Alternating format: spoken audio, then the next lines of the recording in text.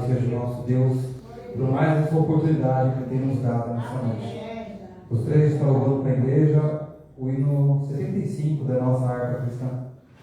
Hino 75. Glória a Deus.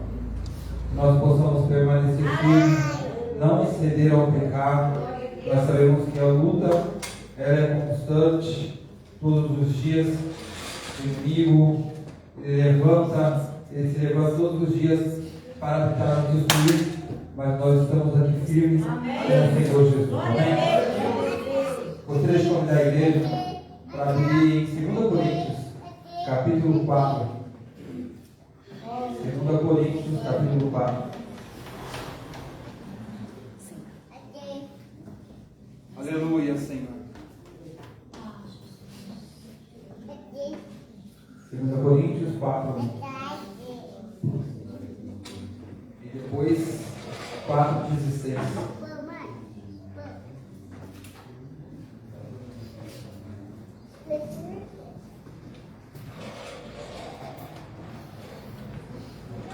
E depois 4:16. Amém, igreja? Glória a Deus. Diz assim a palavra do Senhor: pelo que, tendo este ministério, segundo a misericórdia que nos foi feita, não desfaleçamos. 16. Por isso, não desfaleçamos, ainda que o nosso homem exterior se corrompa, o interior, contudo, se renova de dia em dia. Somente até aqui. Vamos estar orando, gente? Já orando pela vida do nosso irmão Tarcísio, a nossa irmã Maria ali do Panorama, orando pelos nossos irmãos que estão enfermos, para que Deus possa dar graça, para que eles possam, nos próximos cultos, glorificando a Deus. Tem uma oração?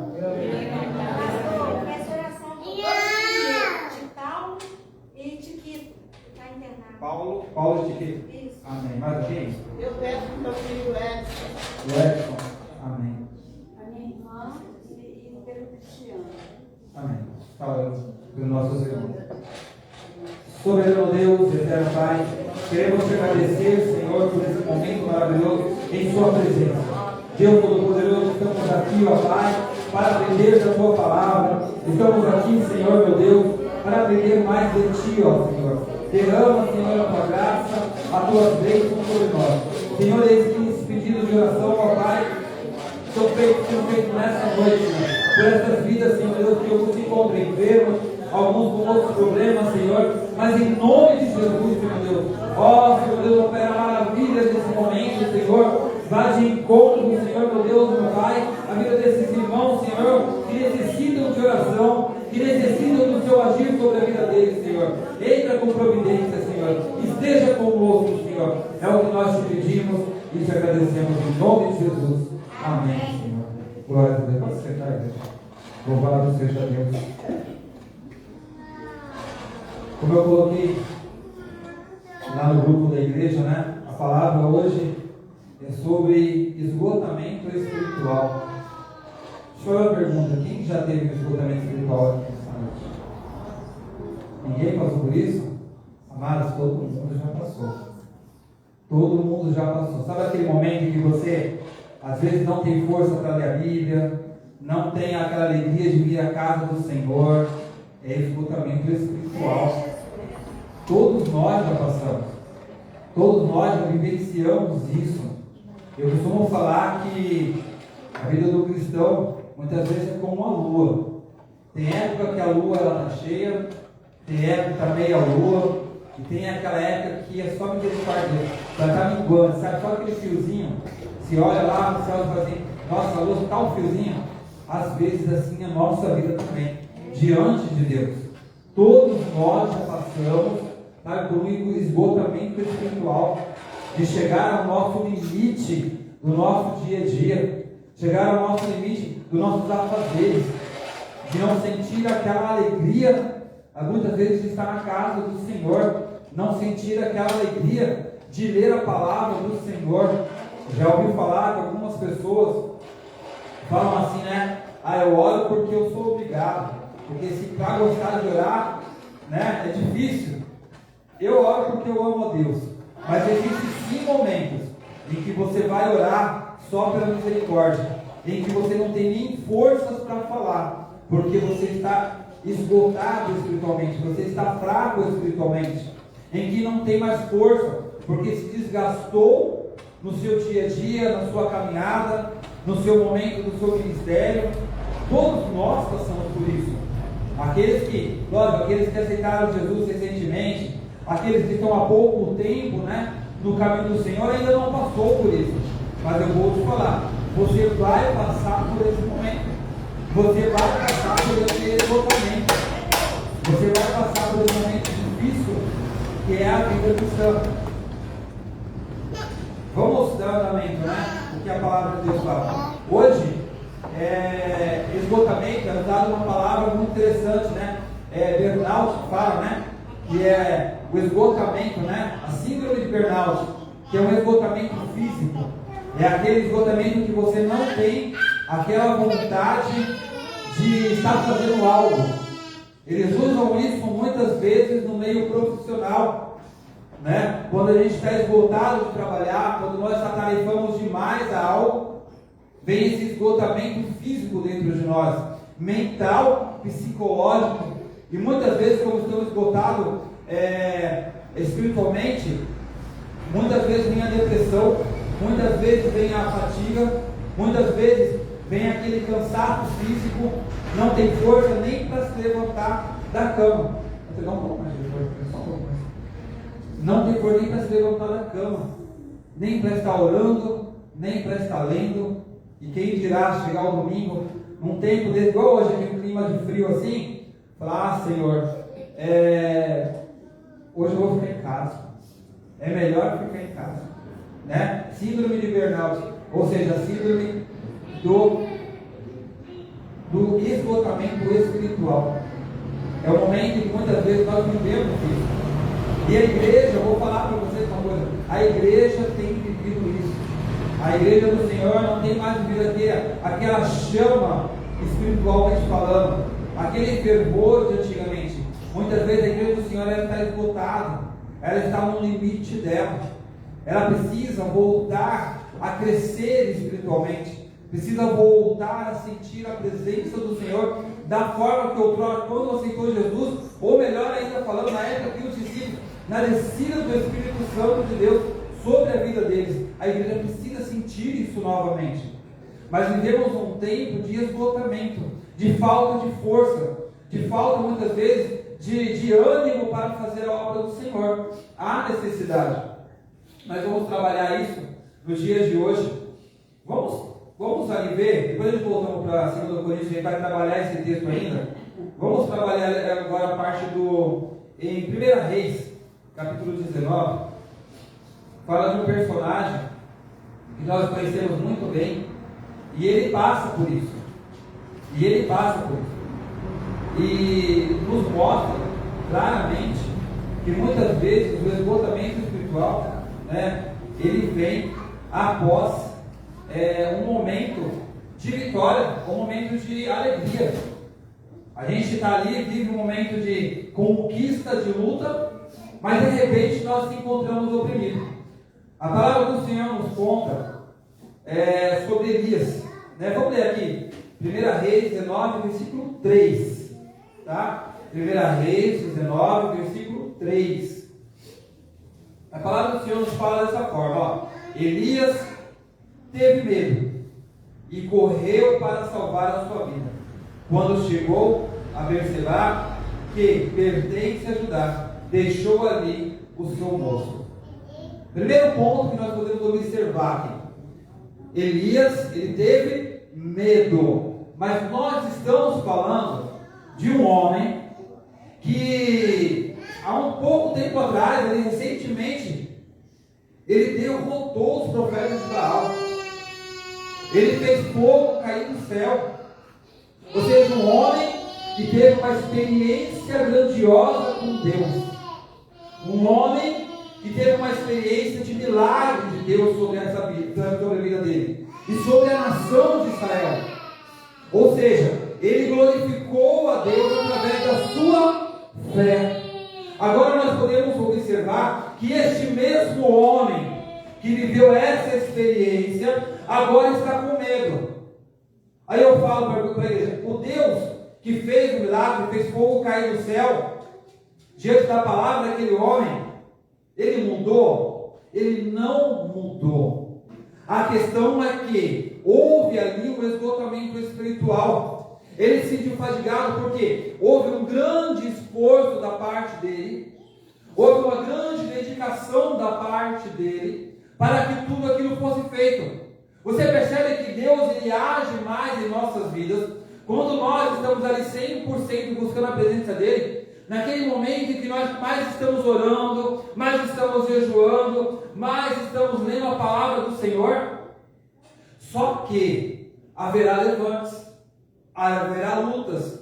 O inimigo muitas vezes vai fazer como Jezabel, vai ameaçá-lo, vai ameaçar a sua vida, a vida da sua família. E isso vai te trazer medo, isso vai te abalar espiritualmente.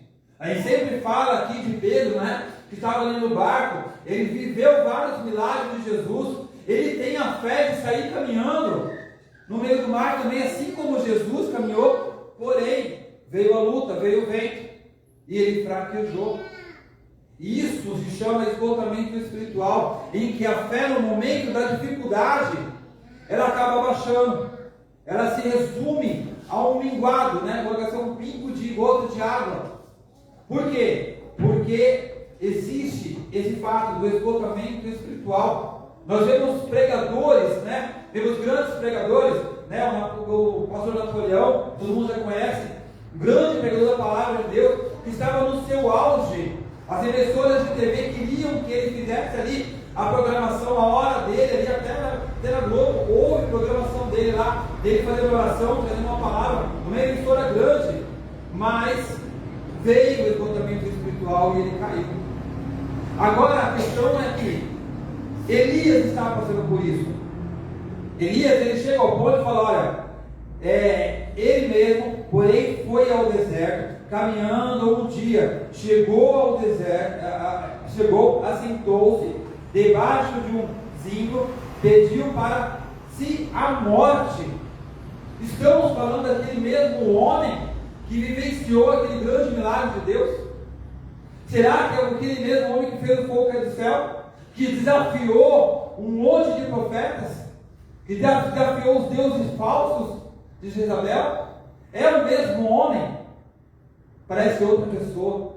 Que ele perde a morte em meio à luta. Quantos de nossos irmãos entram, né, hoje há um espírito de depressão enorme dentro da igreja. Um espírito de, de que as pessoas, ao passar a luta, ou a passar momentos difíceis, sente-se sozinho, isolado, sente-se muitas vezes, parece que Deus não está na vida dele. Parece até que Deus nos abandonou. A grande questão aí é que nós devemos lembrar dos feitos de Jesus sobre as nossas vidas. Muitas vezes nós só olhamos para o momento da luta. É assim que Elias fez. Elias, ele olhou para a luta e esqueceu que o Deus dele, que fez o fogo cair do céu, estava com ele. Houve ameaça, e falou, ai de mim, eu vou morrer, não deixa eu fugir não. Ou seja, melhor eu morrer, Senhor, tira a minha vida, porque se essa mulher me capturar, se ela me levar, ela vai me torturar, ela vai me levar à morte. Então, Senhor, tira a minha vida, melhor que eu morra. Não parece a mesma pessoa. E muitas vezes não parece, você não parece aquele mesmo crente que viveu o milagre do Senhor há um tempo atrás, e que agora está com medo de uma doença, está com medo de um desemprego, está com medo de algumas ameaças, está com medo, de algum problema que está passando. Mas é aquele Deus que fez o milagre na sua vida, que tirou aquela doença, que te livrou da morte, que te ergueu ali quando você estava passando dificuldade, que te levantou. Mudou esse Deus? Ou foi a sua fé que mudou? É isso que nós devemos parar para pensar. Porque o nosso Deus não mudou. Ele continua firme conosco. Só que hoje nós deixamos se abalar com os problemas. Hoje nós olhamos o problema e falamos assim, para mim não tem mais jeito. Ah, Senhor, para mim passar por isso eu prefiro morrer. É melhor que eu não estivesse aqui, Senhor. É melhor que eu não existisse. As pessoas não me olham, as pessoas desfazem de mim, as pessoas falam bem ou mal de mim, que seja, mas normalmente fica depressivo, estão falando mal, estão falando de mim. Mas o seu Deus mudou? Você está olhando para esses problemas e esquecendo que existe um Deus tão grandioso na sua vida? Nós devemos nos erguer espiritualmente, lutar contra o esgotamento espiritual. O esgotamento espiritual no mundo espiritual é o quê? É a falta de fé. É quando a nossa fé, ela vem de balde, ela diminui. Ela vai descendo de uma tal forma, que é igual a lua que eu falei no começo, né? Fica minguante. Que aí vem a luta, vem os problemas e você fala assim, meu Deus, o que será de mim? Aí Deus fala assim, poxa, será que ele se esqueceu? Não foi eu que livrei ele no passado? Não foi eu que dei vida no passado? Não foi eu que trouxe ao mundo? Está somente aqui porque eu o trouxe. E aí a gente fica abalado diante disso. E Elias, ele está vivendo esse momento. No versículo 8, a palavra de Deus fala assim, e levantou-se e comeu e bebeu. com a força daquela comida, caminhou 40 dias e 40 noites até Horebe, o monte de Deus. O que significa isso? O primeiro ponto, no meio de um momento de esgotamento espiritual, no momento de depressão, no momento de solidão, porque se aquele homem pediu a morte, é porque ele achou que Deus não estava mais na vida dele. Ele teve medo de uma mulher, né, de uma ameaça, esqueceu do Deus dele. Mas a palavra do Senhor fala para nós que ele comeu, porque o Senhor, o anjo do Senhor, assim ordenou que ele comesse. E eu trago para nós nessa noite o alimento espiritual da sua vida, é a palavra do Senhor. No meio da dificuldade, no meio da fraqueza espiritual, é necessário que você se alimente da palavra de Deus. A palavra do Senhor fala para nós que o alimento para a nossa alma são as Escrituras. A sua alma se alimenta de ouvir a palavra de Deus. Como é que você quer estar forte se você não lê a Bíblia? Como é que você quer passar por esse momento difícil se você não se alimenta espiritualmente? Como é que você fala, Senhor, eu só vivo triste, abatido? Mas você está lendo as Escrituras? Você está se alimentando do pão de Deus? Você está se alimentando da palavra do Senhor, do maná que Deus está te enviando? Ou você está olhando para os problemas e se lamentando? É hora de se alimentar da palavra de Deus. Porque diz o Espírito que quando ele se alimentou, ele ainda pôde caminhar 40 dias. Mas a grande questão não é só se alimentar uma vez, é continuar se alimentando. Porque a palavra do Senhor fala no versículo 9 que quando ele chega ali, no monte de Deus, ele entra na caverna. Ele entra na caverna, ele vai se esconder. Ele ainda está abalado. Ele ainda não está forte espiritualmente. Ele acha que ele é o único perseguido. Ele acha que é o único que sobrou. E a palavra de Deus fala que ele entra na caverna. Eu acho interessante, porque a palavra de Deus é tão grandiosa. Qual é o nome, né, aqui para a gente dar a continuação? E ali entrou numa caverna, onde passou a noite. E lhe veio a palavra do Senhor dizendo: o que fazes aqui, Elias? Por que você está aí, Elias? Por que você está se escondendo da minha vontade, Elias? Por que você está temendo algo tão pequeno, Elias? Levanta, Elias, é hora de caminhar, a obra não acabou. A obra na sua vida ainda não terminou. Por que é que você está aí cabisbaixo? Por que você está dizendo assim, a quem sou eu? Eu sou tão fraquinho, sou tão pequeno, sou tão pequena. Por que é que você está escondendo da vontade do Senhor? Está olhando para os problemas? Esquece. Entrega o seu caminho ao Senhor, não mais Ele fará. Se esqueceu do tamanho do seu Deus? E o interessante é que Deus fala de novo para ele, né? Depois do 12, né? Depois do terremoto, um fogo, mas o Senhor não estava no fogo. Depois do fogo, mais para baixo, perdão, gente. No 13. E ouvindo Elias, envolveu o rosto na capa, saindo, pôs-se à entrada da caverna, e então lhe veio uma voz que dizia: o que fazes aqui, Elias? Observa, ele sai da caverna, mas ele ainda coloca algo no rosto dele, porque ele não quer ser visto, porque ele se acovarda diante da vontade de Deus, ele não quer enfrentar os problemas. E no esgotamento espiritual, nós ficamos com medo, nós fugimos de encarar os problemas da nossa vida. Quanto mais nós fugimos dos nossos problemas, quanto mais nós assumimos aquilo que nós temos que fazer, aquilo que nós temos que ver, ou seja, com a prática errada nossa, sim, nós devemos encarar e falar: olha, eu preciso arrumar isso na minha vida, eu preciso encarar os meus problemas, parar de correr. E Elias estava fazendo isso, ele estava fugindo dos seus problemas, ele até chegou à porta da caverna, mas o seu rosto ele estava coberto. Ele estava se escondendo do quê? E o Senhor pergunta para ele: o que fazes aqui, Elias? Eu vou colocar no dia de hoje, na linguagem de hoje, eu acredito que Deus falaria dessa forma para nós, né? Falaria dessa forma, vai falar: olha, o Cria vergonha na cara e sai daí. Por acaso eu não sou o seu Deus? Para de frescura. Não sou eu que estou contigo. Não sou eu que tenho te alimentado, te sustentado. Acho que muitas vezes dá vontade de Deus falar isso para nós, sabia? Quantas vezes nós se acovardamos?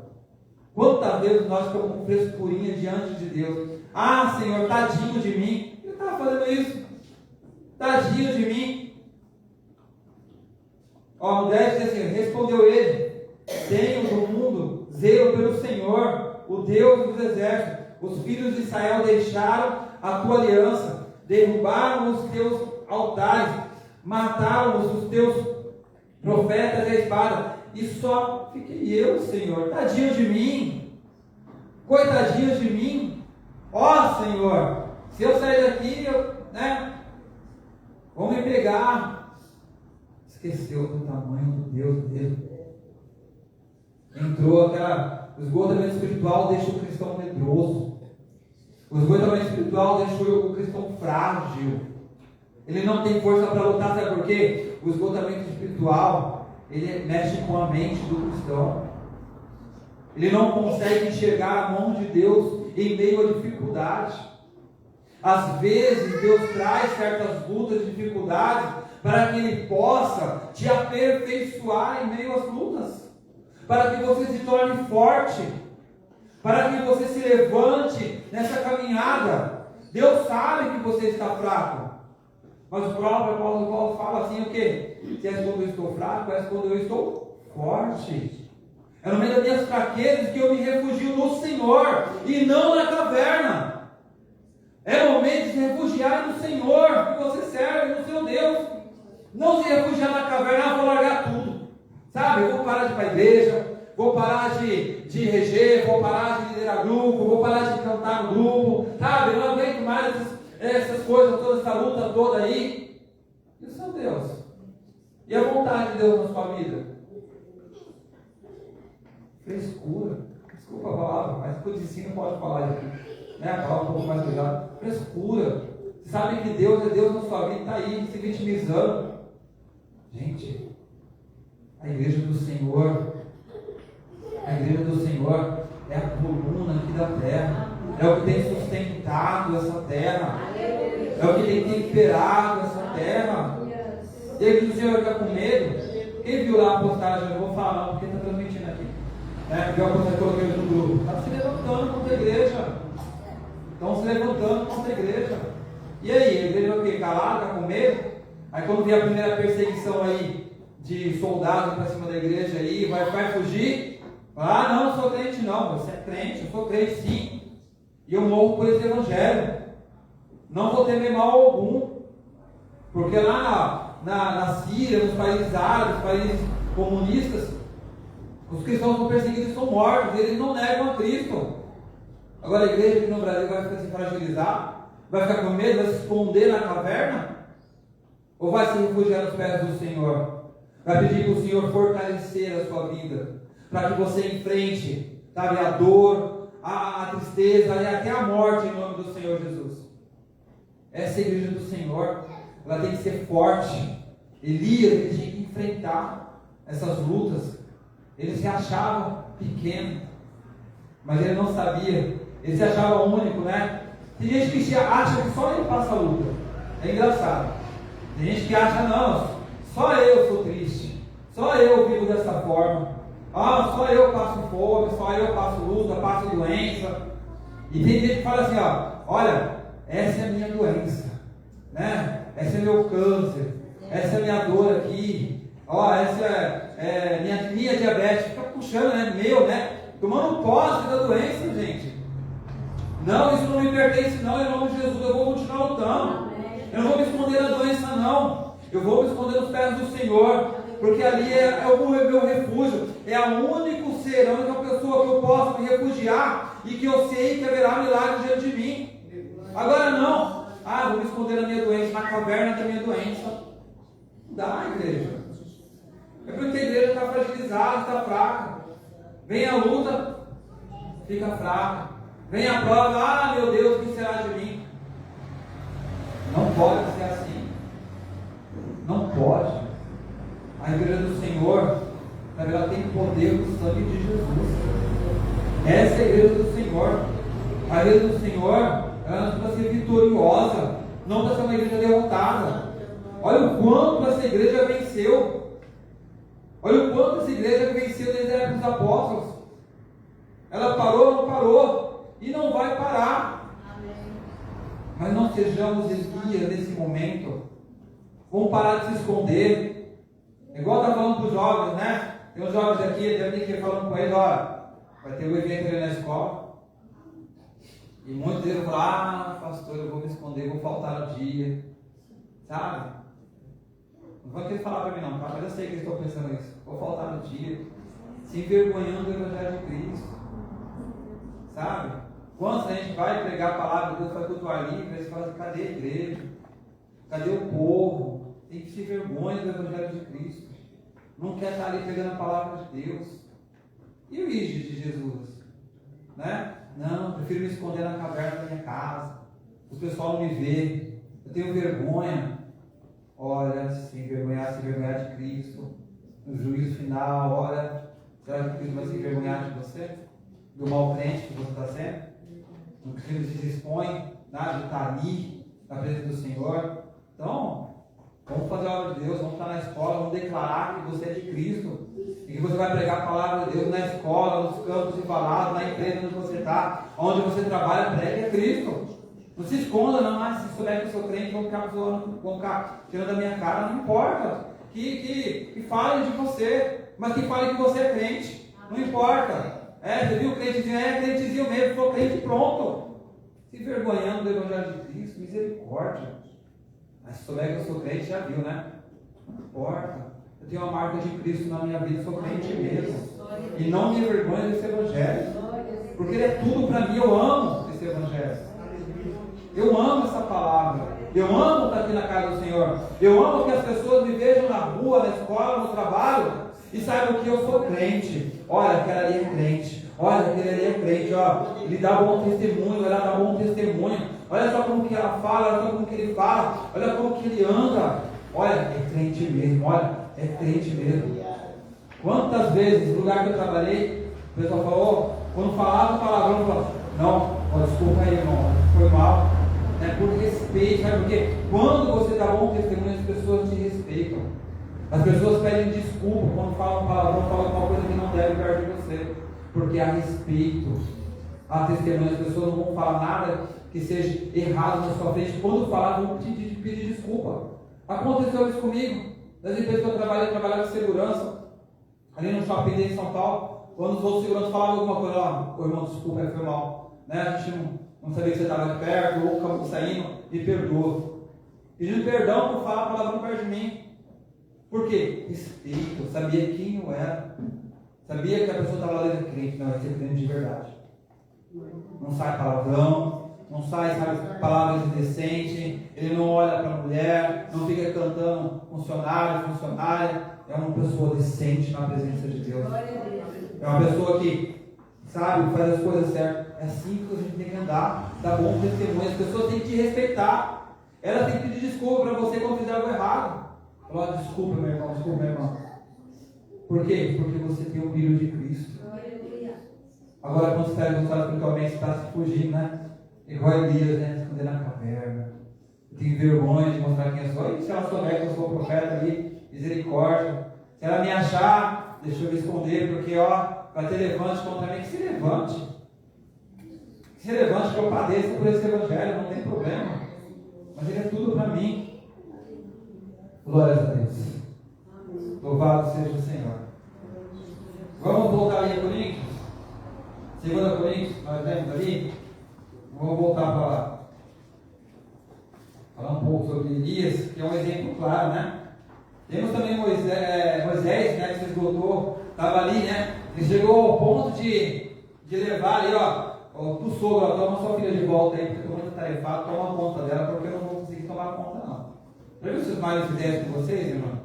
Devolvessem para casa dos pais de vocês? Né? Como é que seria? Estou muito estressado, estou muito cheio de trabalho. Volta lá para casa do seu pai, depois eu vou lá te ver quando dá. Misericórdia, né?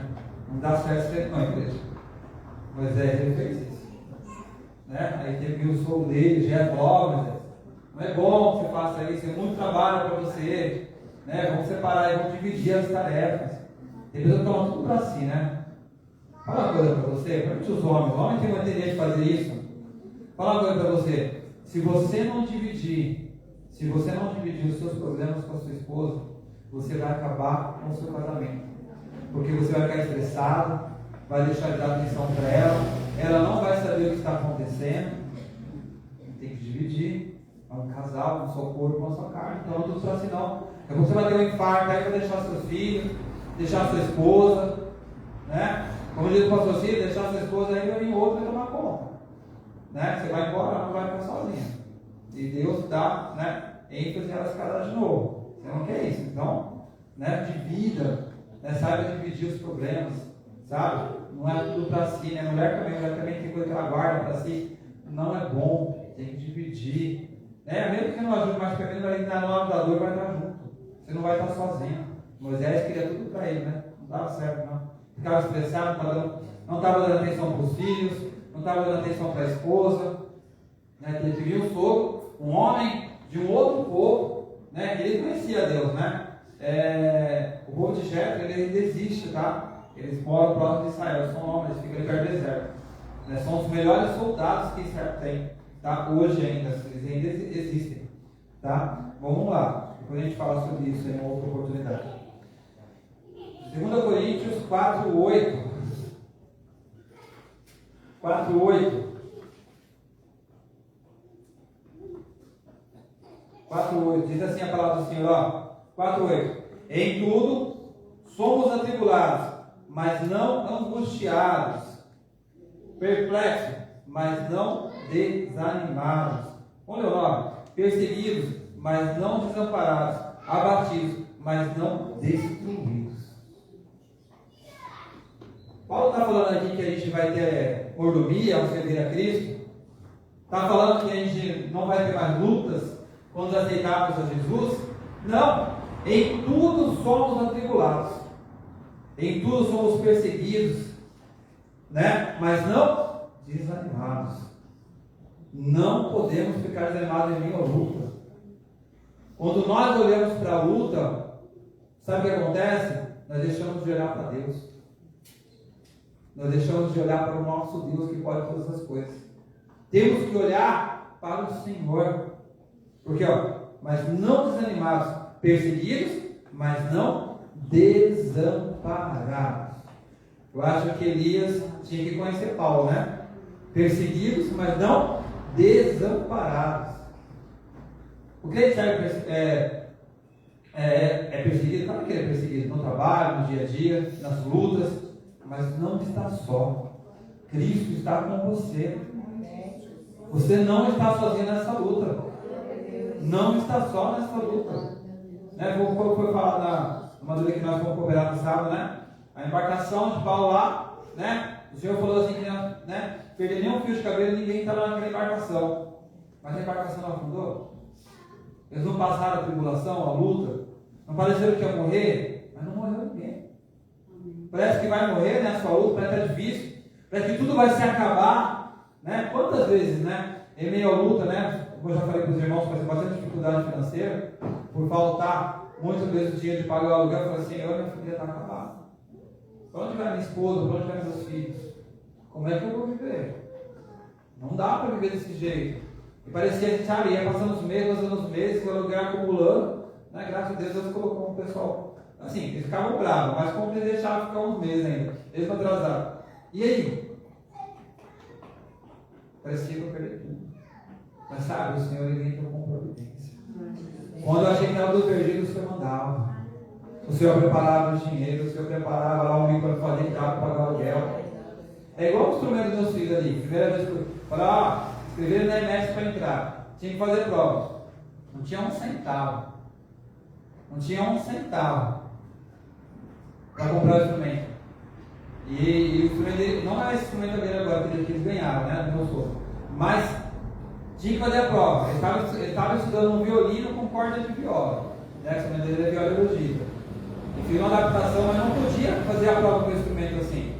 Sim, você não vai deixar envergonhado, não. Eu creio no Deus do impossível. Na última semana, uma mulher de um descendente de um povo aí muito antigo.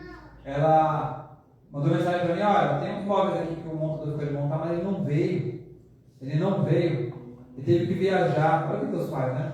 Teve que viajar. O senhor pode vir aqui? Aí eu olhei, tinha muita coisa para fazer. Aí fez a conta e tal. Deu R$1.500.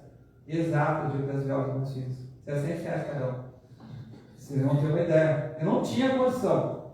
Mas Deus falou: não vou deixar envergonhar. Porque eu dava tudo pela fé. Tudo pela fé. Meu Deus, consigo, não vai dar problema não. Eu falava para ele: não, fique em paz, eu dou a providência. Mas não, você matriculei lá na escola. Vai fazer a prova. Como é que eu vou fazer a prova com esse violino aqui? Não, Deus não vai deixar envergonhar. Deus preparou da última semana. Foi maravilhoso. Deus me preparou. Por quê? Não olhar o tamanho do problema. Olhar o tamanho de Deus. Do nosso Deus. E Paulo ele fala, né? Somos, vou ler de novo só para a gente ficar na memória. Em tudo somos atribulados, em tudo. Ele não fala em parte, não, né? Ele fala em algumas coisas, não. Em tudo passamos provas, dificuldade. Já observou que o crente, tudo que ele vai fazer é uma dificuldade, é uma luta, sabe? Em tudo nós somos atribulados. Tudo. Mas não angustiados. Não devemos nos angustiar em meio à luta. Não devemos nos angustiar em meio à prova, sabe? Perplexos, ou seja, assustados com o problema. A gente assusta, é claro. Vem o tamanho da luta e fala: Senhor, e agora? Olha, Senhor, eu te sirvo, eu não vou ser envergonhado, não. Perplexos, mas não desanimados. Se assustar, olhar o tamanho do problema, Senhor, só o Senhor agora. Davi, quando olhou o gigante, falou: eu não posso, mas o Senhor pode. Nós também. Eu não posso, mas eu não vou ficar desanimado. Vai ter a luta, vai ter a prova, mas eu não desanimo, porque eu sei que o Senhor é comigo. Perseguidos, mas não desamparados. Abatidos, né? Ficamos tristes muitas vezes com as lutas, com as decepções, mas não destruídos. A igreja do Senhor, ela não vai ser destruída em meio à perseguição, em meio à luta e em meio à prova. Louvado seja Deus.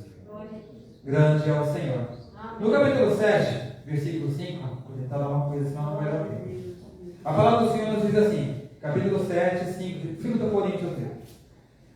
Pois, mesmo quando chegamos na Macedônia, o nosso corpo não teve descanso algum, mas em tudo fomos atribulados. Por fora, combates, por dentro, temores. É normal ter medo no meio da luta? Sim. Quantas vezes, né? Nós saímos de uma luta, saímos de uma prova, de repente chegamos e olha a outra batendo na porta aí. Olha a outra batendo. O vídeo passou assim, né? Termina de resolver um problema, depois bate outro, daqui a pouco vem outro, né? Eu falei: Senhor, o que é isso? Né? Ontem eu falei com minha esposa: puta abençoado. Aí na segunda-feira já começou. Aquele monte de mensagem aí, já veio esse problema. Né? O vídeo pastor. Quem deseja chegar aqui, olha, não é fácil. Mas o Senhor nos dá alegria, é prazer que a gente tem que estar na presença do Senhor fazendo a obra dele. Mas como diz aqui, em tudo, né? Que ele passou, cruzou a Macedônia, chegou a Macedônia, né? O nosso corpo não teve descanso. Você não tem folga de uma prova para outra. Acabou de passar um problema, vai enfrentar outro. Não teve descanso. Nenhum descanso. Mas em tudo fomos atribulados. Por fora combatemos, por fora nós lutamos.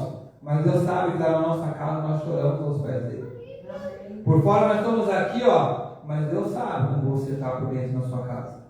Deus sabe como você está. Eu não sei. Eu não sei da vida particular dos irmãos. Eu posso falar isso aqui, né? É o terceiro mês que a gente está aqui.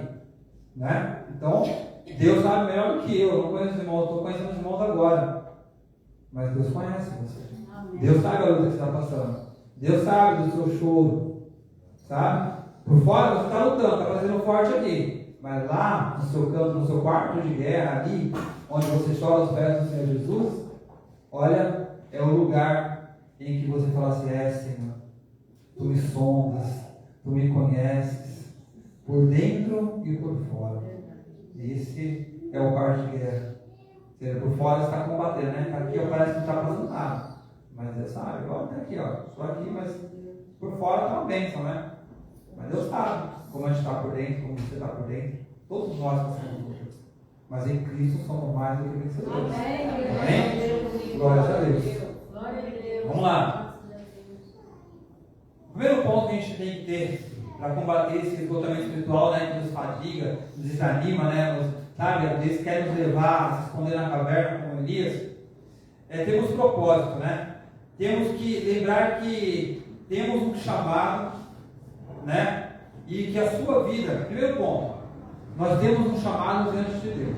Não devemos desanimar. Todos nós somos escolhidos e chamados pelo Senhor para estar aqui. Você não está aqui para cá, o Senhor te chamou. O Senhor chamou para uma obra. Mas quem faz obra na sua vida? Não, toda a igreja foi chamada para a obra. Não é porque estou aqui no público, do Cordeiro está ali, que tira oferta, ou que a irmã rege, ou que a irmã lidera, ou que o irmão lidera, vice-versa. Não, toda a igreja foi chamada para o ídolo do Senhor. Então nós fomos chamados para uma grande obra. Muita gente acha que pregar a palavra é dever só de obreiro, né? Não, é de toda a igreja, tá? Se você não sabia, está sabendo hoje. É para mim e é para você. É para o mais velho e é para o mais novo.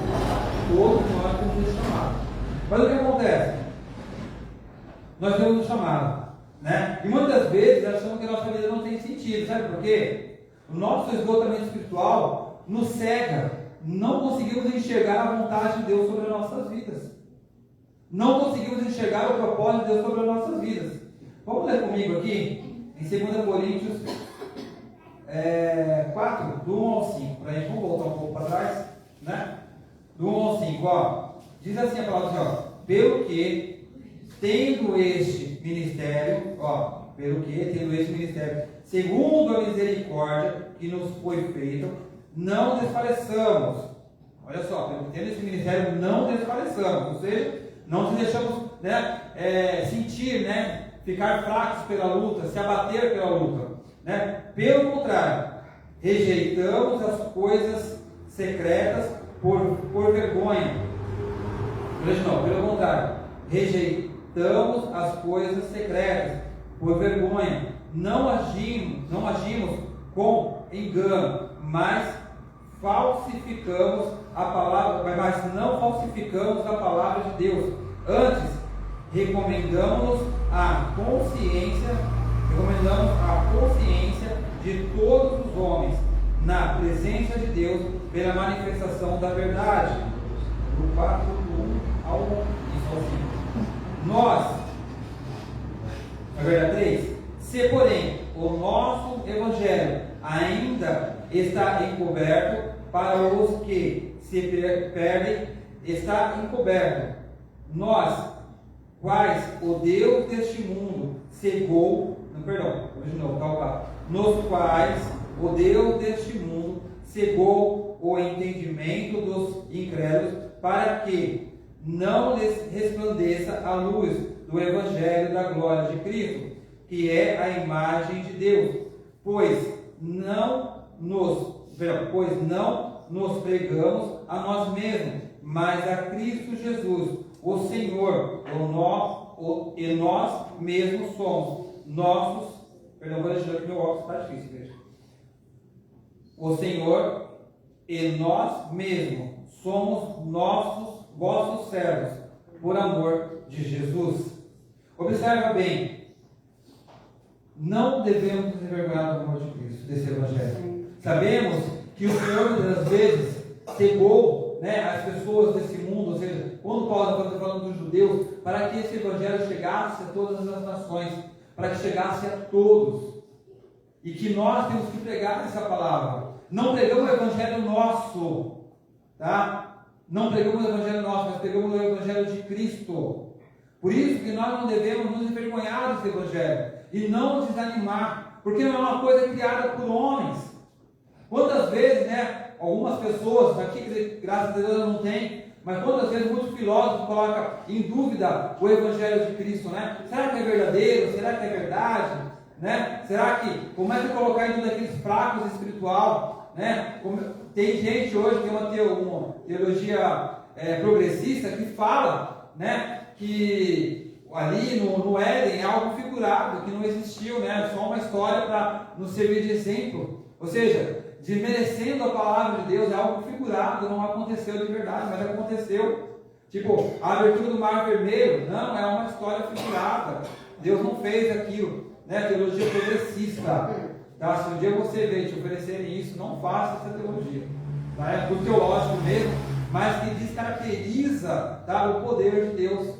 Eles colocam tudo que é impossível ser feito, eles colocam que é uma história simbólica, que não é verdade, foi colocado ali só para Deus nos dar uma lição, nos dar um exemplo, entendeu? Mas ele fala assim, não é o evangelho de homem, né? Não é o evangelho falso, mas não é o evangelho dado por Cristo.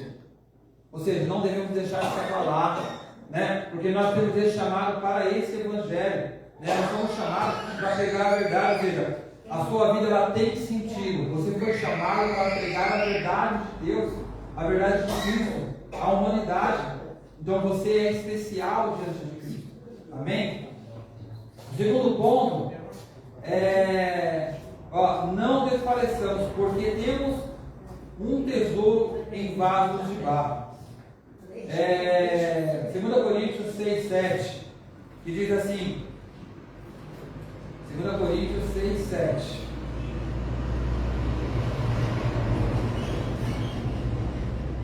Na palavra da verdade, no poder de Deus, pelas armas da justiça, à direita e à destra, à esquerda. 6, 7, depois 2 Coríntios 8, 9. Pois já conheceis a graça do nosso Senhor Jesus Cristo, que, sendo rico por amor de vós, se fez pobre, para que, pela sua pobreza, vos tornasseis ricos. Eu acho que é da parte do 6, 7, eu acho que pode ser colocado no versículo. Mas que fala, o Senhor fala para nós o quê? Que há um tesouro em nós, em vasos de barro. O que quer dizer isso? O que quer dizer isso? O vaso ele é feito de barro. O barro, né, ele pode ser quebrado, ele pode ser refeito, mas ele pode ser deteriorado, né? Com o tempo ele pode se acabar. Mas dentro desse vaso frágil há um tesouro, que é a palavra de Deus. Amém. Ou seja, o Senhor guardou um tesouro em vasos de barro, o conhecimento dessa palavra. O vaso, com o tempo, ele vai se deteriorando, vai se acabando, falando da nossa carne, aqui, nosso corpo mesmo, né? Todos nós vamos envelhecendo, né? Vai chegando o fio de cabelo branco, fala, Senhor, né? Por que vai passando o tempo e vai ficando assim? Porque é necessário. E esse vaso de barro, ele vai, né, se desfazendo com o tempo. Mas o que tem dentro desse vaso é precioso, é um tesouro que vai se aperfeiçoando com o tempo. Você já observou, né, que quando a pessoa já está em certa idade, né, a pessoa já ora com facilidade, a pessoa já lê a palavra com mais facilidade, já tem um entendimento melhor do querer de Deus, já está firme. Perguntar para uma pessoa que tenha 70, 60 anos ou 80, né? Falar assim, se ela quer sair da presença do Senhor, ela fala, não larga esse evangelho. Sabe por quê? Porque o tesouro já se aperfeiçoou naquele vaso de barro, que já se olha esse vaso de barro só, né? Já está indo, mas é o poder de Deus. Já está aperfeiçoado, já está pronto para ser salvo. Poderia ser o contrário, poderia já desde o começo, né? Já chegar a essa perfeição, mas não. É porque esse vaso ele foi moldado, ele foi refeito até chegar ao ponto em que Deus queria. Entendeu? Então nós, em meio a esse esgotamento espiritual, devemos saber que nós somos vasos na mão de Deus.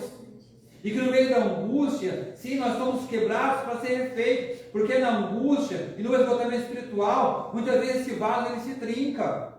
E é necessário refazê-lo de novo. Para que quando chegar o tempo que ele seja perfeito, ele só vai desgastar com o tempo. Não vai precisar mais sendo quebrado e refeito. Chega um período que o vaso já está aqui, já é o suficiente, já está perfeito. Agora ele vai, né, se desfazer com o tempo. Porque dentro dele é um tesouro grandioso, que é a palavra de Deus, né? Deus falou que escrever a lei dele dentro do nosso coração. E essa palavra nos leva à perfeição. Essa palavra nos leva à salvação em Cristo Jesus.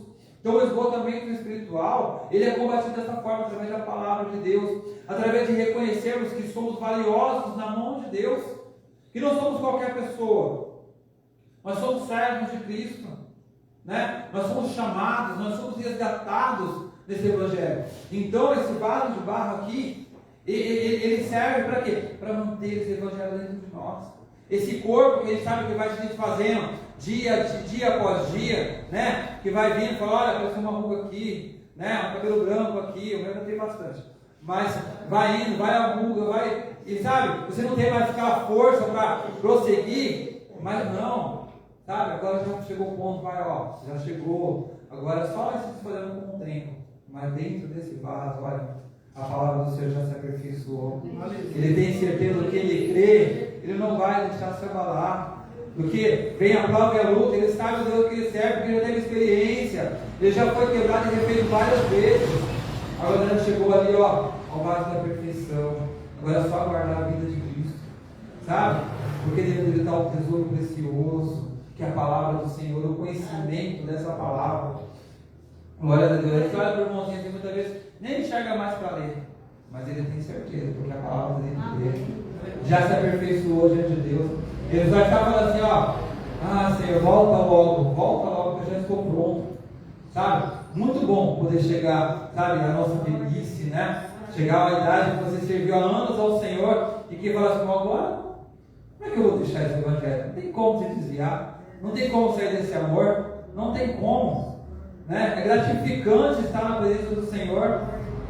Agora, quando você é jovem, vem as tentações, né? Quando você é mais novo, vem as tentações, vem as lutas, né? Vem as propostas do inimigo. Aí você fica assim, e aí, Senhor?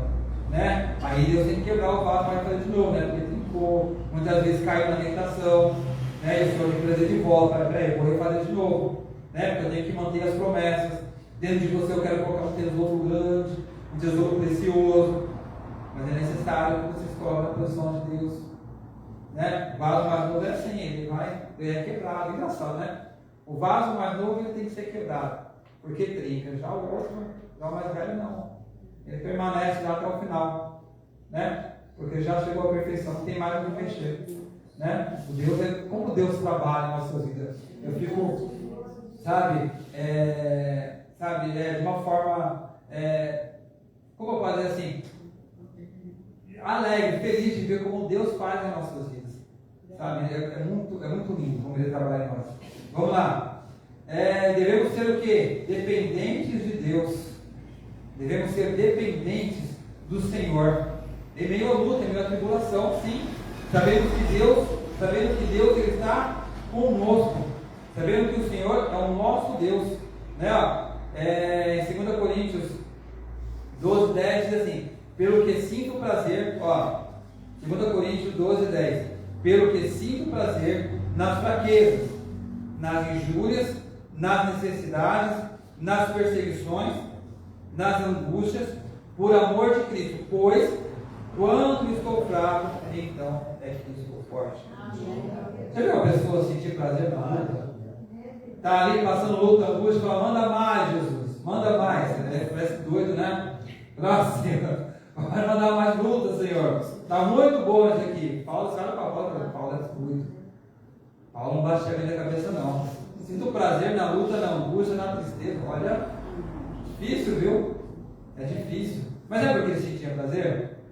Porque a igreja era perseguida. Ele estava sendo perseguido por amor ao Evangelho. Ele estava sendo perseguido por amor a Cristo, porque ele perseguiu a igreja. E agora eu sou perseguido. Glória a Deus por isso. Se estão me perseguindo é porque eu estou incomodando o inferno. Se estão te perseguindo, igreja, é porque você está incomodando o inferno. Pastor, não tem ninguém, não passo prova, não passo luta, não tem ninguém me perseguindo. A minha vida de cristão é tão boa que, olha, não passo dificuldade. Olha, meu irmão, começa a rever os seus conceitos. Tem alguma coisa errada. Você não está incomodando o inferno. Porque se você estiver incomodando, você não vai ter paz. Não existe crente que tem paz aí. Fica lá, tem 10 anos que eu não passo uma luta. Misericórdia, irmão. Misericórdia. Começa a clamar a Deus aí. Fala, Senhor, eu tenho de errado na minha vida, porque não é possível. Todo crente é perseguido, todo crente passa luta, todo crente passa angústia. E você ali, sentado na cadeira da praia, tomando sol, né? E os seus irmãos estão perseguidos. Tem coisa errada.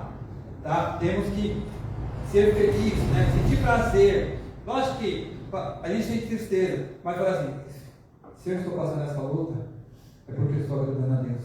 Se o inimigo está me perseguindo, se o inimigo quer me derrubar, é porque eu estou agradando a Deus. Muitas vezes a luta é no casamento, no relacionamento com filhos. Sim, o inimigo ele causa essas contendas dentro de casa, sim. Né? A palavra de falar que nós esperamos o inimigo está dentro da nossa própria casa. É profético. E você vai passar ali a luta, vai permanecer firme, você não vai pedir divórcio, você não vai pedir para separar, porque foi a pessoa que Deus colocou do seu lado, você não vai expulsar seu filho de casa. Sabe por quê? Você vai passar a luta, você vai passar a dificuldade. E glorificando a Deus. Se o inimigo está se levantando na minha casa, eu vou glorificar a Deus e vou combater isso. Eu vou orar, vou jejuar. Como ele diz assim, ó, se quando eu sou fraco, é que estou forte. Porque quanto mais eu vou buscar Deus agora. O inimigo está se levantando, agora que eu vou orar mesmo. O inimigo quer combater, agora que eu vou jejuar. Agora que eu vou, sabe, entrar num propósito com Deus para derrubar esse espírito de contenda na minha casa. Agora, se eu estivesse de boa, você estaria lutando? Não. Você estaria precisando buscar Deus? Não. Para que eu vou orar? Deixa eu orar nos 5 minutos, só agradecer a Deus aqui, tá bom. E curtir o resto do dia. Mas não. É na dor, é na busca que você vai aos pés do Senhor Jesus. Sabe? É nesse momento. Temos que passar a luta sim. Então vamos usar a palavra que eu falei quase agora, né? No começo vamos parar de frescura e vamos, né, agradecer a Deus porque Ele está conosco em meio às lutas e às tribulações, sabe? E combater, vestir a armadura de Deus e combater o bom combate. Não falar, Senhor, tadinho de mim, ou coitado de mim, só eu passo, não é só você não, filho. Tem os 300 também estão sendo perseguidos igual você, mas eles não se desfaleceram, eles estão firmes. Agora só você não, só você não. Tem mais sendo perseguido sim. Você não é o único não. Né? Tem que só ele, né? Vamos lá. Glórias a Deus. Estou terminando já. Vou ter umas corridinhas aqui para poder dar tempo. E o que acontece? Né? Em 2 Coríntios 4:16, como eu acabei de ler com os irmãos aqui, diz assim, ó, 4:16.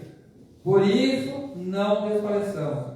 Ainda que o nosso homem exterior se corrompa, ou seja, o vaso esteja se desfazendo, né? Se corrompa, o interior, contudo, se renova a cada dia. Se renova a cada dia. Eu, lá em São Paulo, a gente visitava uma moça, que ela era uma doente, paciente quase terminal, sabe? Mas ela ainda ficava em pé, andava, conversava conosco, a gente fazia visita pelo menos uma vez na semana na casa dela, né? E ela estava firme com Jesus, só que o corpo dela, sabe, cada semana uma luta diferente, uma doença que aparecia, né? Uns calos que aparecia mais, falta de ar, às vezes ela tinha que ser socorrida urgente porque não estava conseguindo respirar, sabe? Era difícil. O corpo dela, sabe, estava destruído, você estava destruído, mas por dentro ela estava firme com Jesus. Ela não se desfaleceu, ela falou assim, irmãos, eu glorifico a Deus que estou vindo aqui, é muito bom louvar a Deus. Sabe uma pessoa acamada, sabe uma pessoa que andava com aquele coisa de ar, né? Andando para cima e para baixo assim, com aquela mangueirinha, sabe, no rosto, sabe? De 24 horas, não podia tirar um segundo, senão ela morria. Olha a situação dessa moça, Maria Marta conseguia comer, tudo que ela comia, ela vomitava. Às vezes você alimentava por sonda. Veja a situação dela, mas ela falava assim, eu glorifico a Deus. Ela olhava para ela, como você glorifica a Deus? Olha a sua situação. Olha a sua situação. Ela tinha coluna, como é que ela falou? A coluna dela parece que estava meio que trincada, sabe? Ela andava bem, qual é a palavra? Bem curvada, sabe, com dificuldade, você vê que ela não queria nem levantar. Aí nasciam os caroços, assim, começavam a sangrar nas costas dela. Tipo, era muita coisa, igreja. E eu glorifico a Deus. O exterior dela estava destruído. Mas por dentro ela estava fortalecida no Senhor. Sabe por quê? Ela estava logo que Jesus ela acreditava na promessa. Ela sabia que mesmo que ela não fosse curada, ela orava pela cura. Claro que a gente ia lá orar para ela ser curada. Mas ela falou assim, eu não vou curada aqui. Eu sei que vou ter um corpo glorificado diante do Senhor Jesus. Essa carne aqui, ó, que está se desfazendo, esse vaso que está se desfazendo aqui, ó, soltar um caco, sabe? Cada vez mais soltando mais pozinho, se desfazendo. Tem um tesouro precioso que é a palavra de Deus, que é Cristo Jesus, Espírito Santo de Deus habitado na vida dela. Ela foi salva, igreja. Ela foi salva. Se quiser me perguntar, depois eu posso até passar o telefone do irmão lá que pode estar do irmão Cleito, para assumir uma congregação agora em São Paulo, como a Cecília falou. E é bênção. Sabe? Ele estava lá comigo, ele entrega gás, ele entregador de gás. E é bênção, ele sabe, ele estava lá direto, ele via, só como que Deus faz. Como que Deus faz, é tão lindo, igreja. E pastor, Olha. a minha irmã também morreu, foi igual que nós falamos aí. Ela deu câncer no baço e a barriga dela só crescendo, só crescendo, só crescendo. O último dia que eu fui na casa dela em cima, ela estava acamada já. E estava alegre, glorificando a Deus. O cabelo dela era difícil para poder arrumar, que era muito cabelo, branquinho, ó, passo de algodão. E ela glorificava a Deus. E ela morreu, graças a Deus, mas glorificando a Deus. Olha, vamos ver. E a gente fica aí reclamando. E eu fico alegre, porque ela me ajudava tanto, mas Deus levou, porque Deus viu que ela não ia resistir, que ela ia estourar a barriga, o médico falou que ela ia estourar a barriga.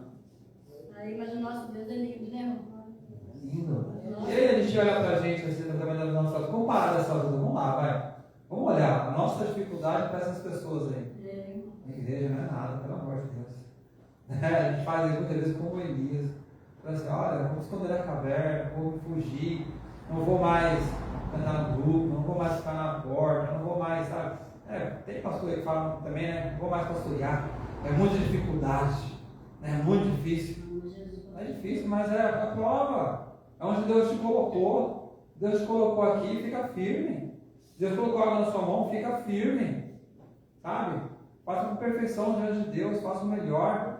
Aí depois a gente vai colocar outras coisas maiores, mas permaneça firme. A irmã Janinha é uma parte aqui, sabe?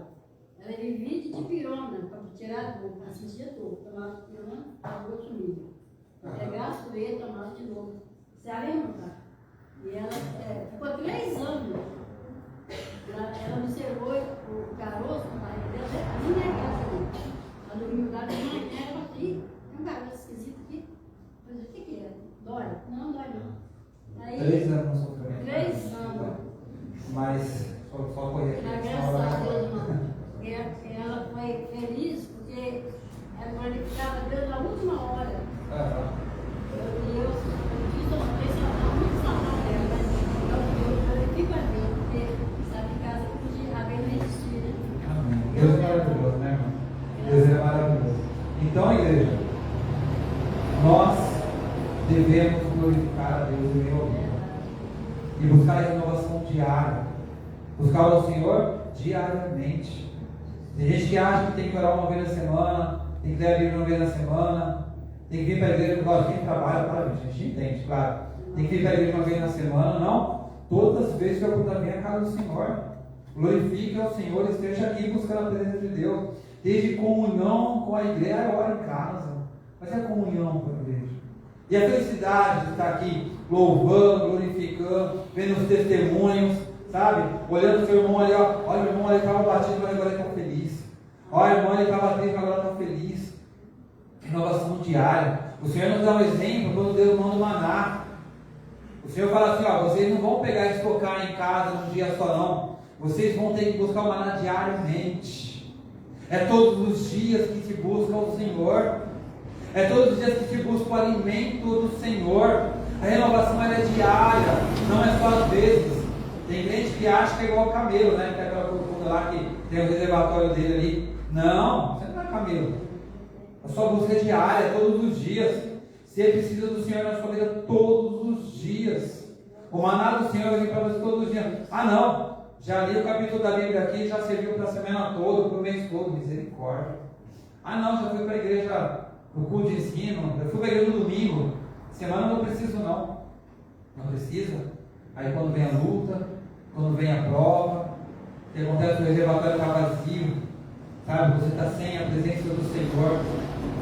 Ah, mas eu vou de domingo para a igreja. Não é o suficiente. É todos os dias na presença de Deus.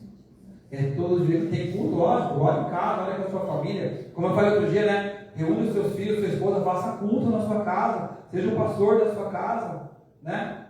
Mas busque ao Senhor todos os dias. Busca a presença de Deus todos os dias. Último para finalizar. 2 Coríntios 4, 8, 9, que a gente já acabou de ler aqui, diz assim, ó, em tudo somos atribulados, mas não angustiados, perplexos, mas não desanimados, perseguidos, mas não desamparados, abatidos, mas não destruídos. O que quer dizer, igreja? Não deixar se abalar pela luta. Não deixar se abalar pelo momento difícil. Buscar sempre a presença do Senhor. Vou finalizar aqui, só o último versículo aqui para a gente encerrar, que as irmãs já vão falar louvando a Deus para a gente recolher o dízimo das ofertas. Em Romanos, capítulo 8.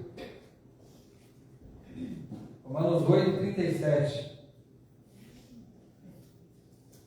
Glórias a Deus. 8, 37. Já vou ler, tá? Em todas essas coisas, porém, somos mais do que vencedores por aquele que nos amou.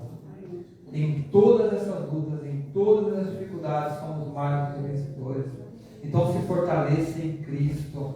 Busque a presença do Senhor. Não entre, sabe, em desânimo. Não deixe, sabe, que o esgotamento espiritual domine a sua vida. Não deixe chegar ao esgotamento, se alimente todos os dias. Busque ao Senhor diariamente. Sabe? Não ligue para o tamanho da sua prova, mas olhe para o tamanho do seu Deus. Não olhe o tamanho do problema, mas olhe para o Senhor. Sabe? Não aceite o esgotamento espiritual na sua vida. Tenha propósito, tenha fé, tenha esperança. Porque quando nesse momento de fraqueza, não é momento de se esconder na caverna. É momento de se fortalecer no Senhor, aos pés do Senhor Jesus. Vamos sair da caverna. Vamos parar de se fazer de coitado, de coitado. Você não é coitado, não. Se você é mais do que vencedor, por que você é coitadinho? Quem disse que você é coitado? Foi o inimigo, né? Que botou na sua cabeça. Ah, tadinho de mim, tadinha de mim. Não, mas como diz aqui em 17, em todas essas coisas somos mais do que vencedores. Que vencedor é esse que fica na caverna aí, se fazendo de coitado? Que vencedor é esse? Então não é vencedor, então não faz parte, né, desse chamado de Deus, dessa salvação que Cristo nos dá. Né? Então nós somos mais do que vencedores, sim. Em todas essas coisas, em todas essas lutas, somos mais do que vencedores. Sabe? Porque não é a angústia, não é a dor, não é a prova, isso nada pode nos separar do amor de Deus. Amém, igreja? Glória a Deus. As irmãs estão com a oportunidade para estar louvando ao Senhor nessa noite. Nós vamos recolher os dízimos das ofertas. Que Deus possa abençoar a todos. Amém.